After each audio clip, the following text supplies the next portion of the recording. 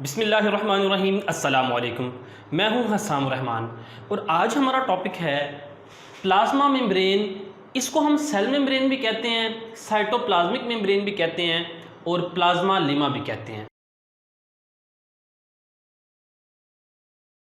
अब ये नाम तो है डिफरेंट, लेकिन इनमें एक गौर से समझ लें बुनियादी फ़र्क।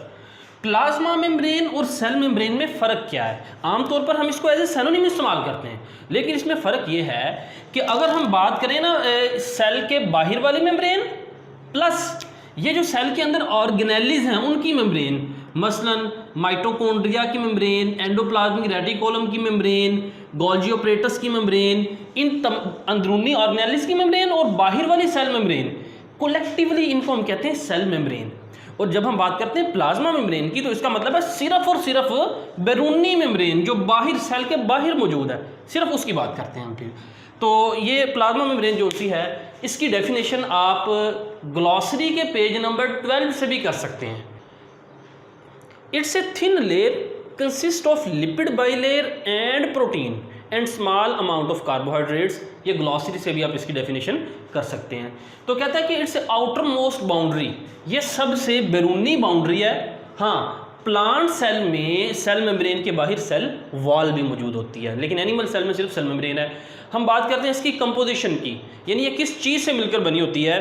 तो प्लाज्मा मेम्ब्रेन तकरीबन वो कह रहा है कि 60 to 80% प्रोटीन है। ये प्रोटीन के मॉलिक्यूल अंदर धंसे हुए हैं, 60 to 80% प्रोटीन पर मुश्तमिल होती है और 20 to 40% ये लिपिड्स पर मुश्तमिल होती है और स्मॉल अमाउंट में ये देखेंगे कार्बोहाइड्रेट्स भी इसके अंदर मौजूद होते हैं। फिर बात करते हैं कि बहुत सारे बायोलॉजिस्ट ने इसका स्ट्रक्चरल मॉडल बयान करने की कोशिश की। यानी पहले जब माइक्रोस्कोप इतना वेल डेवलप नहीं था तो मुख्तलिफ बायोलॉजिस्ट ने मॉडल पेश किए कि इसकी मेम्ब्रेन का ये स्ट्रक्चर हो सकता है, ये स्ट्रक्चर हो सकता है। तो अब हम उसके मॉडल्स देखते हैं। तो सेल मेम्ब्रेन का पहला मॉडल है यूनिट मेम्ब्रेन स्ट्रक्चर। अब ये स्ट्रक्चर सबसे पहले पेश किया गया। इस स्ट्रक्चर के मुताबिक ये लिपिड बाइलेयर है। देखें, ये एक लिपिड की लेयर है, ये लिपिड के मॉलिक्यूल हैं, ये दूसरी लिपिड की मॉलिक्यूल की लेयर है। तो ये लिपिड बाइलेयर जो सी है वो कहता है sandwiched between upper and lower layer of protein, यानी ऊपर भी प्रोटीन की लेयर, ऊपर भी प्रोटीन की लेयर, नीचे भी प्रोटीन की लेयर, दो प्रोटीन की लेयर के दरमियान लिपिड की दो तहें सैंडविच्ड हैं। जिस तरह सैंडविच होता है, बर्गर होता है, बिल्कुल उसी की तरह देखें लिपिड बाइलेयर, ये लिपिड बाइलेयर है, ये दो लेयर, एक लेयर और ये दूसरी layer, sandwiched between inner and outer layer of protein.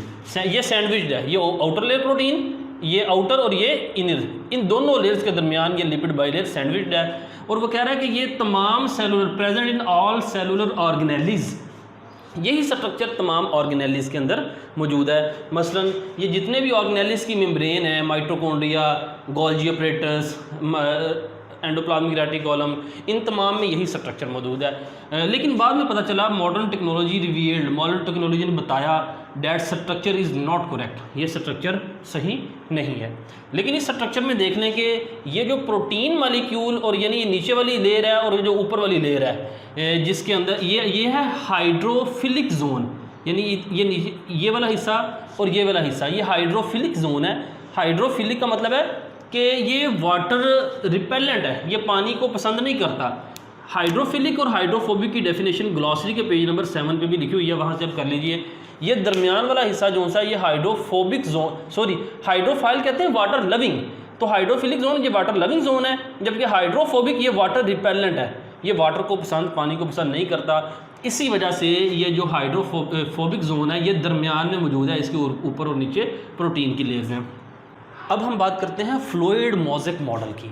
अब देखिए लिपिड बाइल, वो जो यूनिट मेम्ब्रेन मॉडल है उसके मुताबिक जो प्रोटीन लेयर है वो सरफेस के ऊपर और नीचे कॉन्टीन्यूसली मौजूद है, दरमियान में मौजूद नहीं है। लेकिन फ्लूइड मोज़ेक मॉडल के मुताबिक कहता है protein layer are not continuous, ये कॉन्टीन्यूस नहीं है। पहले इसका स्ट्रक्चर मैं देख लूँ, बता दूँ आपको। वो कहता है कि ये लिपिड बाइलेयर है, देखिए ये लिपिड बाइलेयर है, ठीक है। लिपिड बाइलेयर में कुछ जगह पे प्रोटीन के मॉलिक्यूल धंसे हुए होते हैं अंदर को। मसलन जिस तरह ये प्रोटीन का मॉलिक्यूल मौजूद है, यहाँ पे मौजूद है, फिर एक प्रोटीन का मॉलिक्यूल यहाँ पे धंसा हुआ है, एक प्रोटीन का मॉलिक्यूल यहाँ पे धंसा हुआ है, एक यहाँ पे मौजूद है। तो प्रोटीन ऊपर या नीचे कॉन्टीन्यूसली मौजूद नहीं है, बल्कि कुछ जगहों पे वो इम्बेडेड है, इम्बेडेड का मतलब धंसा हुआ होना, और फिर वो किसी जगह से प्रोट्रूड कर रही है, बाहर को निकली हुई है, अंदर को धंसी भी हुई है, इम्बेडेड भी है, और यहाँ से ये प्रोट्रूड का मतलब है बाहर को निकला हुआ हिस्सा, तो ये प्रोट्रूड भी कर रही है। तो ये protein layer are not continuous, ये कॉन्टिन्यूस नहीं है जिस तरह यहाँ पे था। Not confined to the surface, confined कहते हैं महदूद होना, और ना ही ये सरफेस तक महदूद है टू द मेम्ब्रेन, यानी सब मेम्ब्रेन की, बल्कि कहाँ पे है, embedded in the lipid bilayer, ये लिपिड बाइलेयर है उसके अंदर ये इम्बेडेड है इन ए मोज़ेक मैनर। मोज़ेक कहते हैं छोटे छोटे पैचेस की शक्ल में, मसलन यहाँ पे मुख्तलिफ जगहों पे पैचेस की शक्ल में, मुख्तलिफ हिस्सों की शक्ल में, ये मोज़ेक मैनर में मौजूद है, कॉन्टीन्यूसली मौजूद नहीं है। अब this model at present most accepted, ये ज़्यादा एक्सेप्टेड है, और इसी तरह ये मॉडल ज़्यादा एक्सेप्टेड है यूनिट मेम्ब्रेन मॉडल की निस्बत। अब इस मॉडल की डेफिनेशन ये ग्लॉसरी पेज नंबर 6 पे भी मौजूद है, वहाँ पे वो बताता है कि आम नॉर्मल टेम्परेचर के ऊपर ये जो लिपिड मेम्ब्रेन है ये इस तरह से मौजूद होती है जैसे आप कह लें कोई फ्लूइड, कोई लिक्विड मटेरियल ऐसे मौजूद हो और उसके अंदर प्रोटीन के मॉलिक्यूल तैर रहे हों। मसलन जिस तरह पानी है, पानी इस तरह मूव करता है, पानी मूव कर रहा है और उसके अंदर ये प्रोटीन के मॉलिक्यूल तैर रहे हैं। बिल्कुल इसी तरह इसकी मिसाल दिया आइसबर्ग। आइसबर्ग कहते हैं समुंदर के ऊपर दरमियान में समुंदर के ऊपर दरमियान में बर्फ़ का टीला होता, क्या ग्लेशियर से बाद दफ़ा बर्फ़ का टीला अलहदा हो गया समुंदर के दरमियान में आ जाता है और वो तैरता फिरता है समुंदर के दरमियान में। बिल्कुल इसी तरह जिस तरह समुंदर का पानी इस तरह लहरें खा रहा है, उसमें लहरें बनी हुई हैं और उसके अंदर वो बर्फ़ का टीला तैरता फिर रहा है, बिल्कुल उसी तरह ये जो लिपिड बाइलेयर है ये बिल्कुल पानी की तरह है और उसके अंदर ये प्रोटीन के मॉलिक्यूल जो से हैं वो तैरते फिर रहे हैं नॉर्मल टेम्परेचर पे। इस तरह का स्ट्रक्चर होता है ये सेल मेम्ब्रेन का। अब हम बुक पे जो लेबल डायग्राम है उसको देखते हैं। यहाँ पे अक्सर स्टूडेंट्स क्या करते हैं कि जो टॉपिक के अंदर चीज़ें डिस्कस होती हैं उनको तो देख लेते हैं, लेकिन डायग्राम्स में कुछ चीज़ें लेबल होती हैं उनकी तरफ तवज्जो नहीं जाती, उनको भी गौर से देखना चाहिए और बाज़ दफ़ा MCQ उसमें से बन सकता है। मिसाल के तौर पर ये नीचे ये जो फाइबर्स हैं ये फिलामेंट्स ऑफ साइटोस्केलेटन, ये साइटोस्केलेटन के फिलामेंट हैं, ये सेल का अंदर वाला हिस्सा है और ये सेल का बाहर वाला। These are the fibres of extra cellular matrix, यानी सेल के बाहर जो फाइबर्स हैं वो हैं। फिर यहाँ पे ये देखें ये फॉस्फोलिपिड्स हैं। लिपिड बाइलेयर में जो लिपिड की किस्म है ये फॉस्फोलिपिड है और लिपिड बाइलेयर के दो फंक्शन हैं। एक तो ये सेल को फ्लूइडिटी फ्राहम करता है। फ्लूइडिटी का मतलब है एबिलिटी टू फ्लो, यानी सेल के अंदर और बाहर जो सब्सटेंस है वो फ्लो आउट और फ्लो इन हो जाते हैं आसानी से, ये लिपिड बाइलेयर के स्ट्रक्चर की वजह से। दूसरा लिपिड बाइलेयर जो सी है ये इलास्टिसिटी फ्राहम करती है सेल मेम्ब्रेन को, इलास्टिसिटी, यानी इसके दो फंक्शन है, एक है फ्लूइडिटी और दूसरा इलास्टिसिटी। फिर फॉस्फोलिपिड के साथ देखें कोलेस्ट्रोल, कोलेस्ट्रॉल के मॉलिक्यूल का एक तो फंक्शन ये है कि ये लिपिड मॉलिक्यूल को आपस में होल्ड करके रखता है और दूसरा ये सेल को थोड़ी सी सख्ती फ्राहम करता है। कोलेस्ट्रॉल सिर्फ यूकैरियोटिक सेल में होता है, यही वजह है कि यूकैरियोटिक सेल की जो सेल मेम्ब्रेन है वो प्रोकैरियोटिक सेल की सेल मेम्ब्रेन की निस्बत थोड़ी सी सख्त होती है, यानी बैक्टीरियल सेल की सेल मेम्ब्रेन ज़रा यूकैरियोटिक की निस्बत ज़रा नरम होती है। फिर उसके बाद देखें जी ये जो प्रोटीन है ये प्रोटीन की किस्म ग्लाइकोप्रोटीन है। अब ये ग्लाइकोप्रोटीन का फंक्शन ये होता है कि ये सेल सिग्नलिंग, यानी ये सेंस करती है केमिकल मैसेज को मुख्तलिफ जगहों से, इंट्रा सेलुलर या एक्स्ट्रा सेलुलर जो केमिकल मैसेजेस आते हैं उनको ग्लाइकोप्रोटीन इंटैक्ट, वो केमिकल मैसेजेस सेल मेम्ब्रेन के ऊपर रिसेप्टर होता है जो डिटेक्ट करता है, और वो जो सेल मेम्ब्रेन पे रिसेप्टर है वो ग्लाइकोप्रोटीन है जो केमिकल मैसेजेस को रिसेप्ट करती है। फिर आ जाते हैं जी कार्बोहाइड्रेट। कार्बोहाइड्रेट आइडेंटिफाई करता है अदर सेल को, यानी एक सेल के जो सराउंडिंग सेल है उनको कार्बोहाइड्रेट आइडेंटिफाई करता है। तो ये मुख्तलिफ फंक्शन थे। मेम्ब्रेन वाले टॉपिक में लॉन्ग क्वेश्चन देखिए, एक तो बनता है सबसे ऊपर जो मैंने लिखा हुआ है पर्पल कलर में, write about structural organisation of cell membrane. तो अगर स्ट्रक्चरल ऑर्गेनाइजेशन का पूछता है तो फिर आपने सिर्फ यूनिट मेम्ब्रेन मॉडल और फ्लूइड मोज़ेक मॉडल यानी यहाँ तक इसको लिखना होगा, इसी पेज तक। फिर क्वेश्चन बनता है right A note on structure and function of plasma membrane, तो फिर आपने ये पूरे का पूरा लॉन्ग क्वेश्चन लिखना होगा। फिर ये इसी तरह तीसरा सवाल write a detail note on permeability and structure of cell membrane, तो इसके जवाब में भी सारा आपने लिखना होगा। फिर क्वेश्चन नंबर 1 देखें जी, ब्लू कलर से डिफाइन प्लाज्मा मेम्ब्रेन।